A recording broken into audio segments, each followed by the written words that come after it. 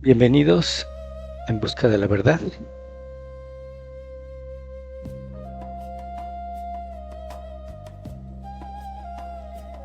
El día de hoy vamos a hablar de los tiempos señalados, específicamente un periodo de 6000 años. Para esta serie voy a hacer algo un poquito distinto. Voy a presentar una idea general de los puntos que iremos descubriendo, estudiando e investigando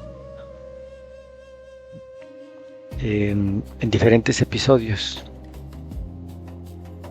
Esta serie resultó ser más intensa, más desafiante, llena de sorpresas, de descubrimientos y revelaciones, y aún más importante de lo que pensaba yo en un principio. En el primer video, en el video de introducción, hablaremos de definiciones, de traducciones, de palabras claves, de conceptos claves.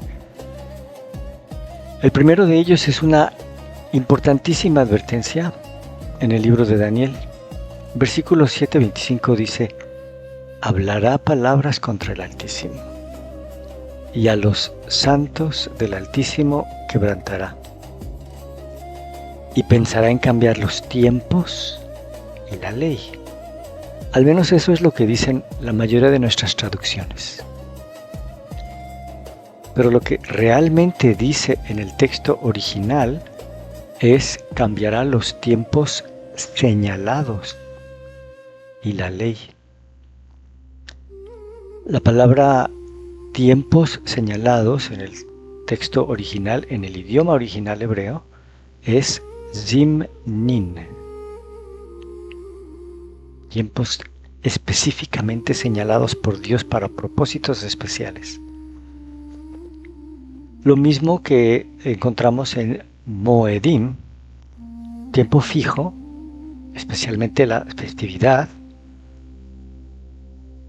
fiesta y festividad, reunión, ocasión solemne.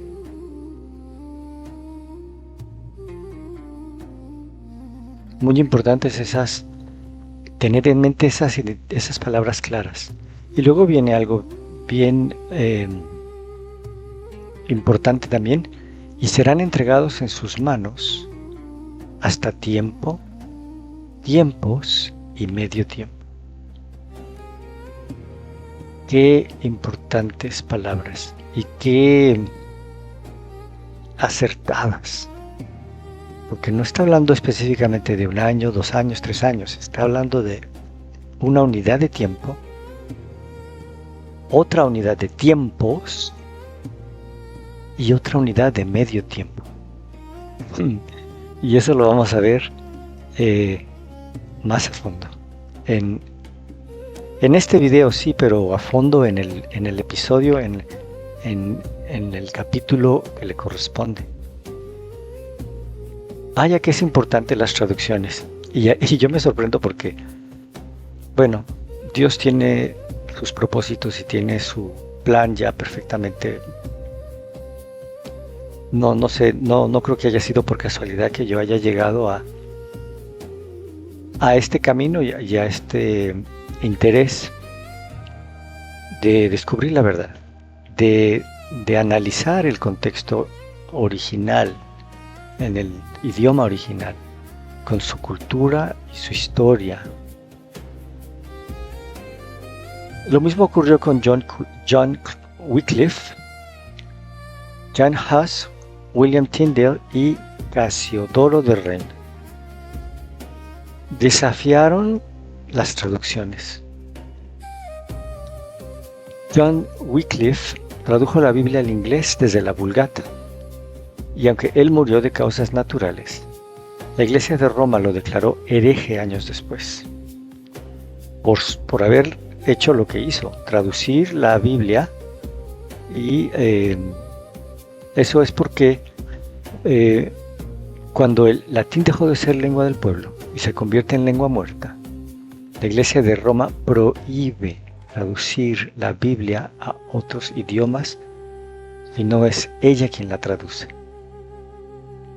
Pues lo desenterraron, lo declararon hereje, lo desenterraron, quemaron sus huesos y lo arrojaron al río. A Jan Hus impulsó la traducción de la Biblia al checo. Defendió que la escritura tenía más autoridad que el Papa. Fue quemado vivo en la hoguera. William Tyndale tradujo el Nuevo Testamento del griego al inglés por primera vez, pero fue estrangulado. Su cuerpo fue quemado en la hoguera. Su última oración fue: Señor, abre los ojos del rey de Inglaterra. Casiodoro de Reina, lo mismo, huyó de Sevilla por haber traducido la Biblia completa al castellano, que es la Biblia del Oso, que es una de las mejores traducciones, pero fue perseguido por la Inquisición española. Y al no encontrarlo, decidieron quemar un muñeco en su representación. Y luego Epifanio de Salminia escribió Panarión, un libro dedicado específicamente a los herejes, hablando de los herejes. Entre los herejes estaban los nazarenos, entre comillas, los del camino, es decir, los primeros conversos del Mesías, de Jesús Yeshua y sus apóstoles, que guardaban la ley, la enseñanza, mejor dicho, tal y como se la enseñaron los apóstoles y tal y como se la enseñaba el Mesías a ellos. Pero esto fue visto como herejía para el tiempo de Epifanio, porque ya estaba tan influenciada la mente por Roma que no veían claramente lo que tenían que ver. Refiriéndose a los nazarenos, escribió: pero en todos son judíos y no otra cosa. Utilizan no solo el Nuevo Testamento, sino también el Antiguo, tal y como los judíos. No rechazan la ley, ni la enseñanza de los profetas, ni las escrituras. Entre paréntesis, es decir, no rechazan la Torá, ni los Neviim, ni los Ketubim, las que entre los judíos son llamadas Biblia, traducción el Tanaj. No rechazan la ley, los profetas, las escrituras, que entre los judíos califican como su Biblia, es decir, no rechazan la Torá, ni los Neviim, ni los Ketubim, es decir, el Tanaj. No tienen una manera de pensar distinta, sino que profesan hacer todo de acuerdo con la doctrina de la Torá, y tal y como los judíos, excepto porque supuestamente creen en el Cristo. Creen en la resurrección de los muertos y en todas las cosas, que todas las cosas fueron hechas por Dios. Declaran que hay un solo Dios y que Jesucristo es su Hijo. Además están perfectamente instruidos en el idioma hebreo. ¿Por qué será? Porque es la única manera de ver realmente la verdad como agua clara. Pues entre ellos, toda la Torá, los profetas y las escrituras, me refiero a los libros poéticos, los de los reyes, crónicas, Esther y todos los demás, son leídos en hebreo, como ciertamente también lo hacen los judíos. Fíjate qué importante. Y qué importante ver el origen. Y qué tan lejos hemos caminado. Solo en esto se diferencian de los judíos y de los cristianos. Por una parte, no están de acuerdo con los judíos porque creen en el Cristo. Y por otra parte, no están de acuerdo con los, entre comillas, cristianos, por estar aún encadenados a la Torá, a la circuncisión, al Shabbat y a otras cosas. Es decir, guardan los mandamientos de Dios y mantienen la fe de Jesús. Pero realmente, no nada más de palabra.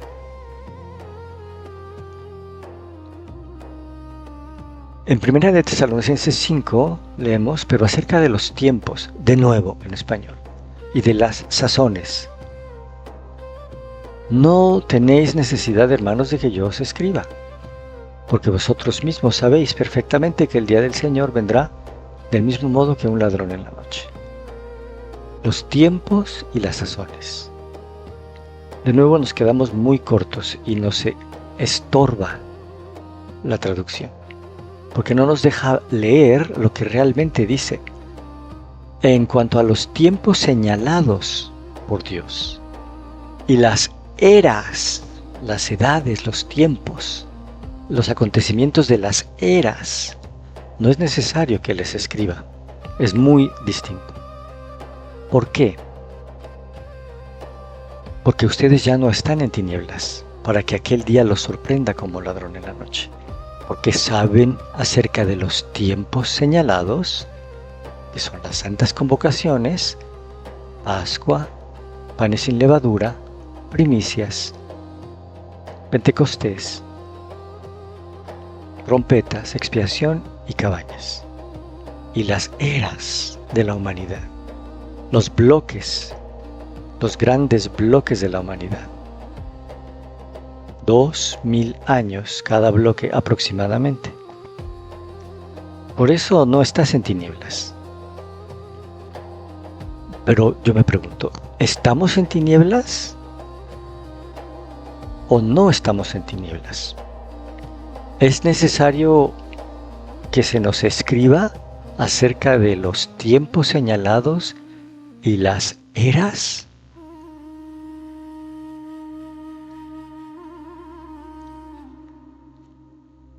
Estas santas convocaciones, estos tiempos señalados,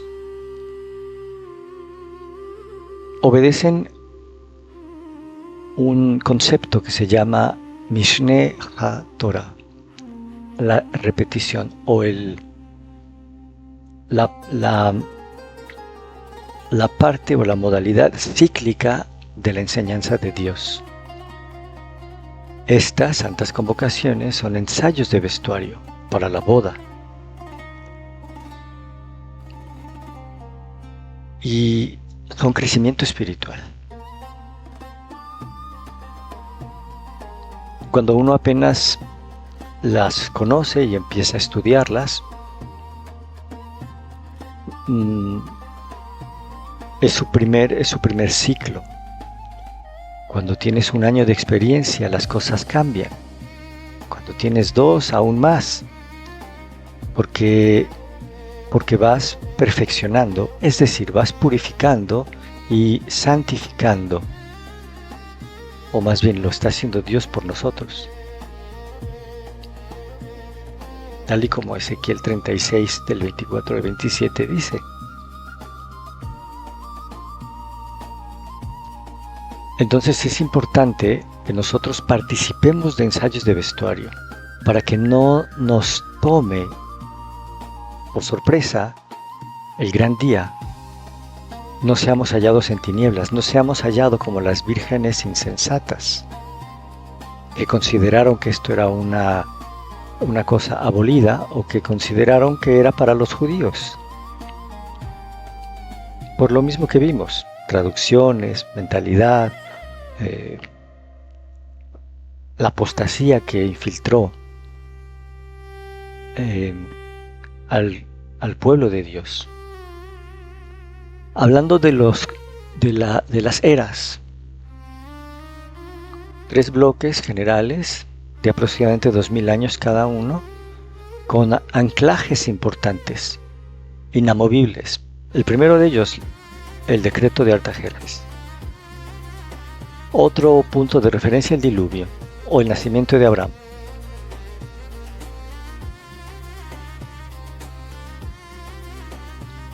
El estudio de la cronología.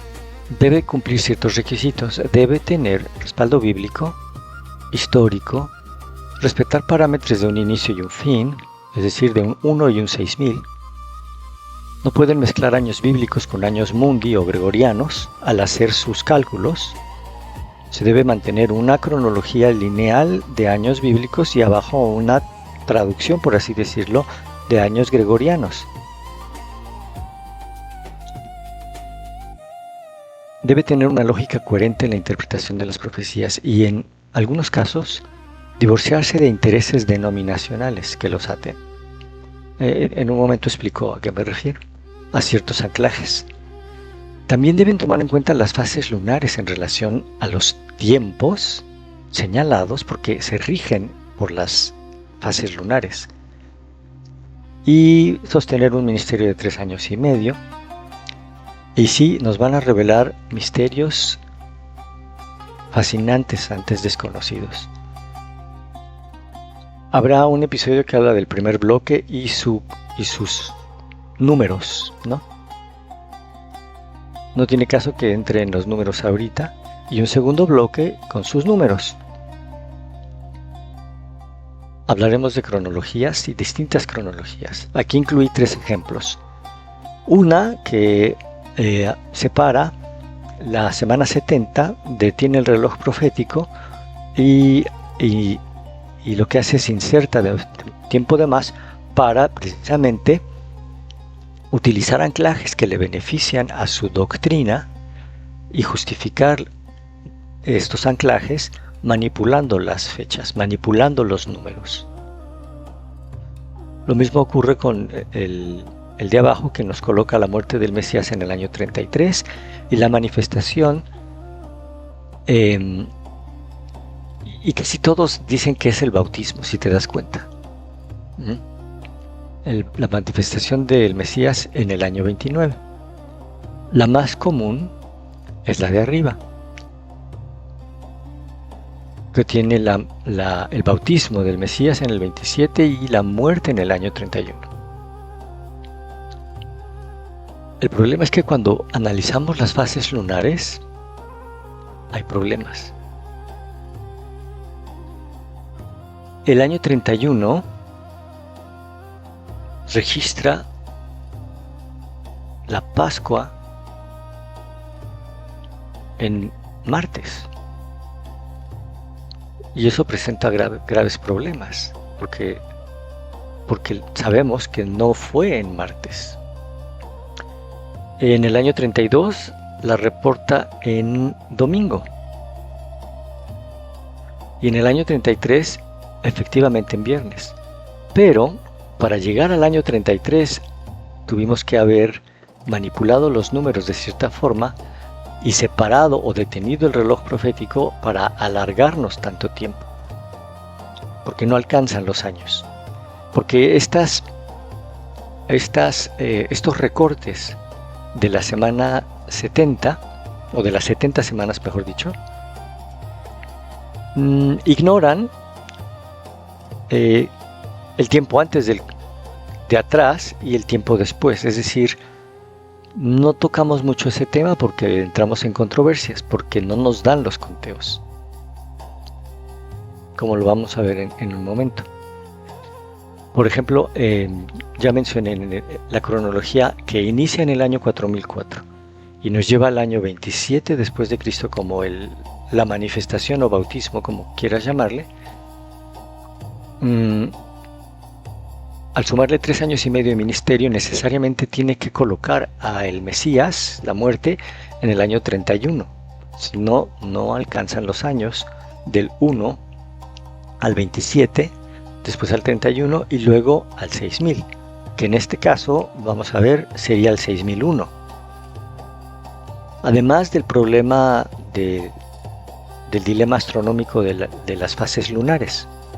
Según los cálculos astronómicos y lunares modernos respaldados por la NASA y Oxford University, el año 31, como mencioné antes, 14 de Nisan, cayó el martes 27. Pero vamos a profundizar un poquito más en estos detalles porque hay revelaciones que no voy a mencionar en este episodio. Pero les voy a dar una pista. En 1844 ocurrió algo muy importante. Y supuestamente deberíamos poder comprobar que ocurrió en la fecha de expiación, es decir, Yom Kippur. Y esa es la pregunta, ¿podemos realmente comprobar que el 22 de octubre de 1844 era Yom Kippur, era día de expiación? Porque, de nuevo, hay reportes muy fidedignos que demuestran que los judíos y los caraítas la celebraron el 22 de septiembre de 1844. Pero más de este interesante punto y su desenlace sorprendente en el video que corresponde a ese capítulo. Entonces tenemos la cronología. La corriente más presentada es la de un inicio en el 4004. En el video correspondiente vamos a hablar de esto, vamos a hacer las sumas que nos llevan desde Abraham, bueno, primero de Adán a Abraham y luego de Abraham al Éxodo, de Éxodo a Salomón, de Salomón hasta el exilio y del exilio al decreto. Y sumaremos las cifras, veremos lo que nos da. Pero dos de las cronologías que mencioné, 4004, modelo 4004, 27, bautismo, 3 años y medio de ministerio, muerte en el 31, nos llevaría al año 6001, con esa cronología, con ese conteo. Claro, hay cifras dentro de estos anclajes importantes que tenemos que desglosar, pero tal cual, si empezamos en el 4004, con los números que tenemos que sumar, llegamos al decreto de Artajerjes y después de ahí llegamos a las 70 semanas y el primer punto es el año 27. Si a eso le sumamos 3 años y medio de ministerio, una muerte en el 31 y después continúas el conteo, nos vamos de largo y nos pasamos hasta el año 6001. De la opción de un 4004, bautismo en el 29, muerte en el 33, no voy a tocar mucho porque inserta tiempo para manipular los números, detiene el reloj profético, pone la semana 70 después, todo esto para que funcionen los números y la iglesia pueda ser raptada. Y supuestamente la segunda venida en el 2037, pero eso si mantenemos un conteo sin separar la semana 70, la última semana, nos llevaría al 2037, es decir, al año 6007, que no es lógico. Aquí tengo los datos, no voy a entrar en detalles en este video, pero sí entramos en detalles en el video que lo explica. Pero aquí está lo que yo pongo como el modelo o la posibilidad A, que expliqué brevemente. Tiene problemas de fase lunar, del 6001, y además que si nosotros respetamos que los años empiezan en la primavera, el año 6001, conforme estos eventos, acabaría en la primavera del 6001 y no en el otoño del 6001 como debería acabar, porque la segunda venida será en la fiesta de trompetas, no en la fiesta de Pascua. Las cifras y los desgloses están aquí y repito, los vamos a tocar en el video que corresponde a este. Vamos a hablar de qué quiere decir el año 27, que no dice, y sepa pues y entienda que después de la salida de la palabra para restaurar y edificar Jerusalén, hasta el Mesías príncipe. No dice hasta que se bautice el Mesías príncipe. Dice hasta el Mesías príncipe. Dice Ad Mashiach Nagid. En el video correspondiente lo leemos todo.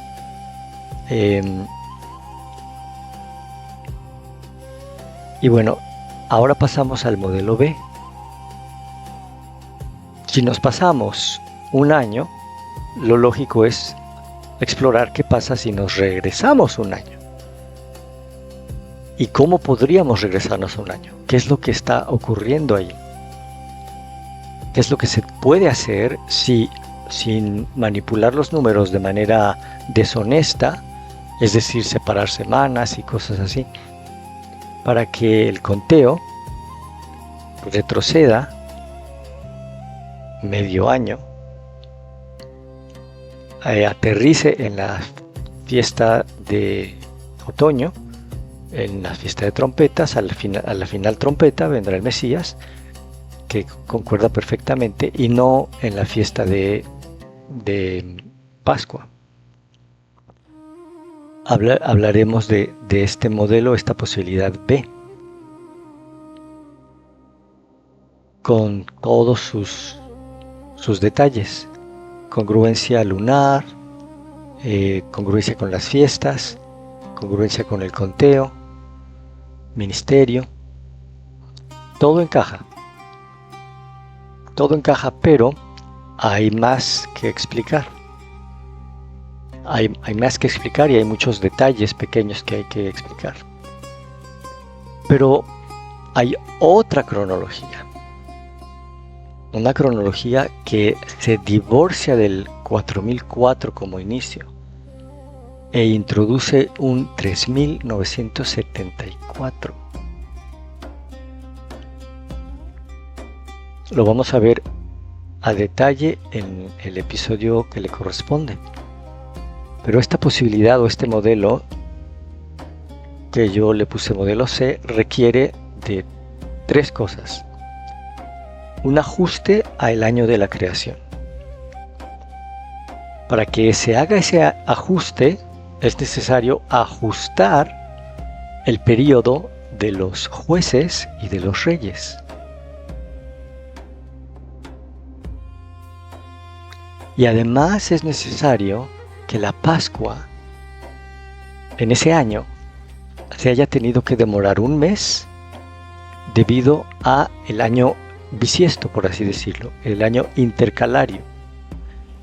Al no estar la espiga madura, se retrasaría un mes el inicio del año. Tres cosas que tendrían que ocurrir para que este modelo encajara correctamente. Que las 70 semanas se cumplieran tal y como se ve en la imagen, como se describe en este diagrama. Hablaríamos de por qué mover la creación al 3974.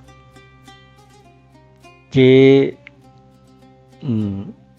motivación hay y qué justificación hay para mover el periodo del inicio del 4004 al 3974 y que de esa manera el Mesías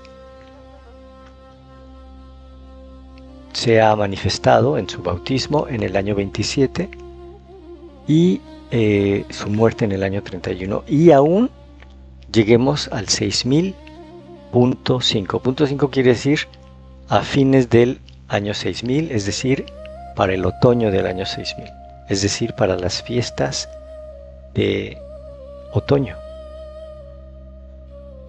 Muchas cosas tienen que ocurrir y mucho se tiene que hablar de por qué y cómo. Además, este año intercalario se calcula por medios matemáticos. Pero aparte resulta que los medios matemáticos no justifican o no identifican el año 31 como un año intercalario por cálculo matemático. encima de todas las condiciones que se tiene que cumplir que el retraso de la maduración de la espiga no fue por el cálculo matemático que le correspondía, sino por un fenómeno natural especial que hizo que la cebada no madurara a tiempo. Hablaríamos de los ajustes específicamente con todos los detalles de los años que se suman y los años que se restan y cómo eso mueve la regla y los números para que el inicio sea en el 3974 y efectivamente el conteo termine en el 6000, en el otoño del año 6000.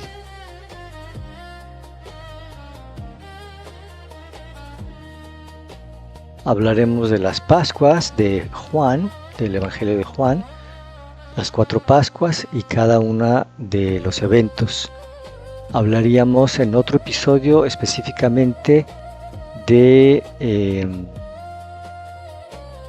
el espejo que hay entre la Pascua del 27 y la Pascua del 2027, la Pascua del 28 y la Pascua del 2028, la Pascua del 29 y la Pascua del 2029. Todo esto bajo la cronología de 4004, 27, 30, 6000, otoño del 6000. Es decir, esta. Y hablaremos en otro episodio de tiempo, tiempos y medio tiempo. Y a qué se refiere. ¿A qué se refiere? ¿En qué niveles distintos? No es casualidad que y aparte, bienaventurado el que espere y llegue hasta 1335 días. No es casualidad que cuando habla de 1335 días o 1290 días sea un número al azar. La convergencia matemática absoluta de los 1290 y los 1335 días hacen que el tiempo que transcurre nos lleve de fiesta a fiesta, es decir, los 1290 días culminan dentro de la semana de Pascua, los 1335 días en Pentecostés, pero además tienen un cumplimiento no solo en cuestión de días, sino en cuestión de años. Y podrían tener un cumplimiento en cuestión de días, de nuevo, en el último ciclo de fiestas a la llegada del Mesías. Pero de eso vamos a hablar en el episodio que le corresponde. A fin de cuentas, ¿por qué es tan importante?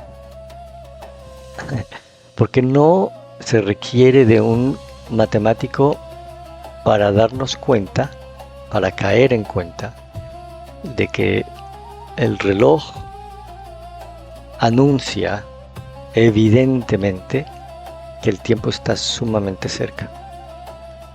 La cuestión es qué tan cerca. La cuestión es, tenemos ciclos de preparación, de crecimiento espiritual por delante, ¿y cuántos?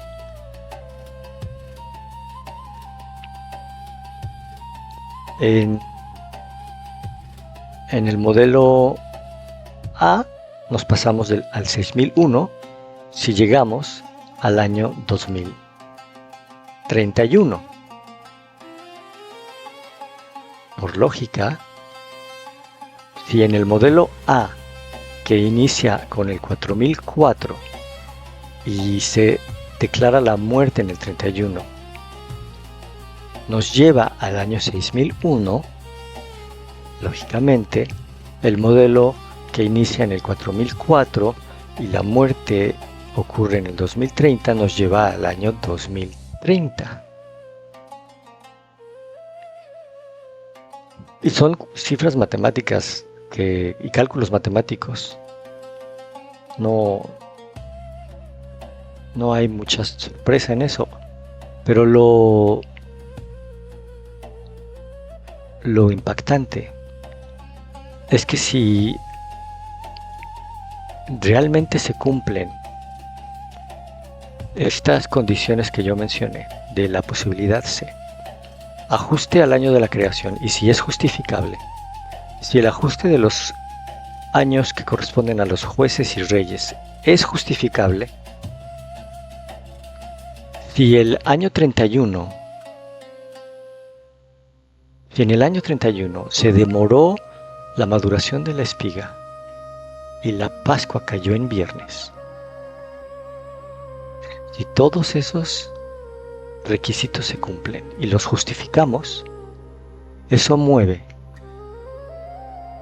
los 6000 años al otoño del año 2027. Y eso cambia las cosas drásticamente. Si yo pensaba que era urgente meditar en estos ciclos de preparación, de las fiestas del año 26 al 27, del 27 al 28 y del 28 al 29, si yo pensaba que era importante, mucho más todavía, si es que estas 3 o 4 cosas se pueden, comprobar y se pueden justificar.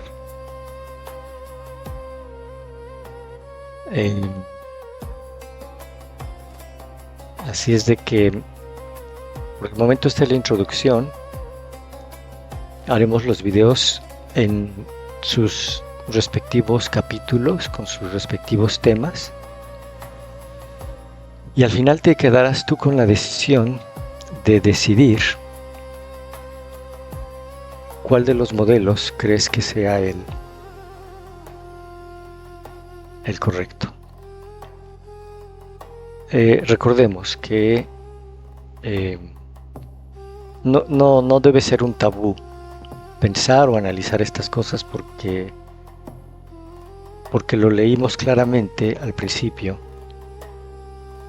Voy a llegar a ese punto.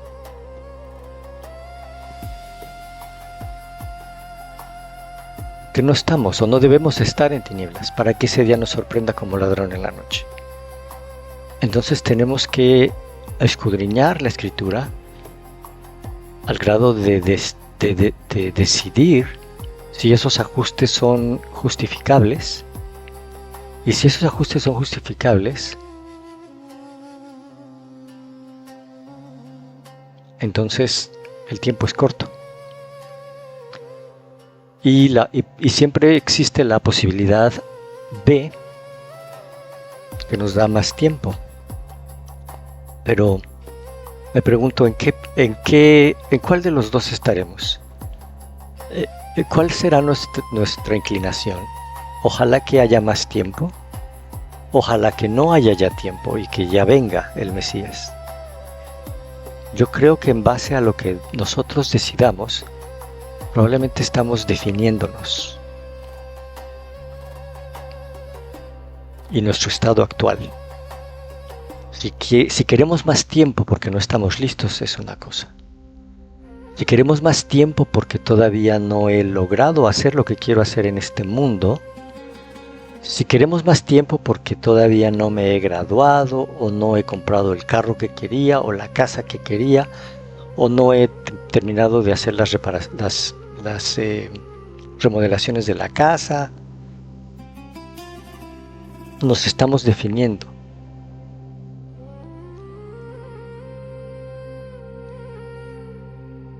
Por eso digo que este tema resultó ser más intrigante y desafiante de lo que en un principio pensaba, y más apremiante, porque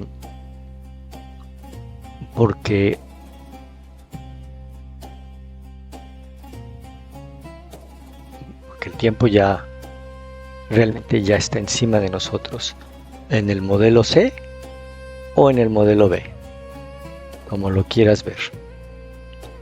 Y obviamente, si el 457 del decreto de Artajerjes es inamovible, sea con un inicio de la creación en el 4004 o en el 3974, si ese es inamovible y el 27 después de Cristo es inamovible, por lógica no podemos extendernos más allá del año 2030 en el otoño.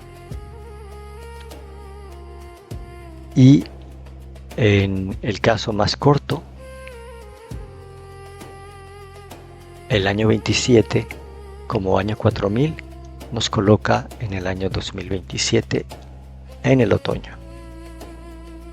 Por eso digo que es muy importante, y ahora me digo más importante de lo que me imaginaba. Así que dentro de poco subimos el primer bloque, el segundo bloque y los videos subsecuentes para analizar los números.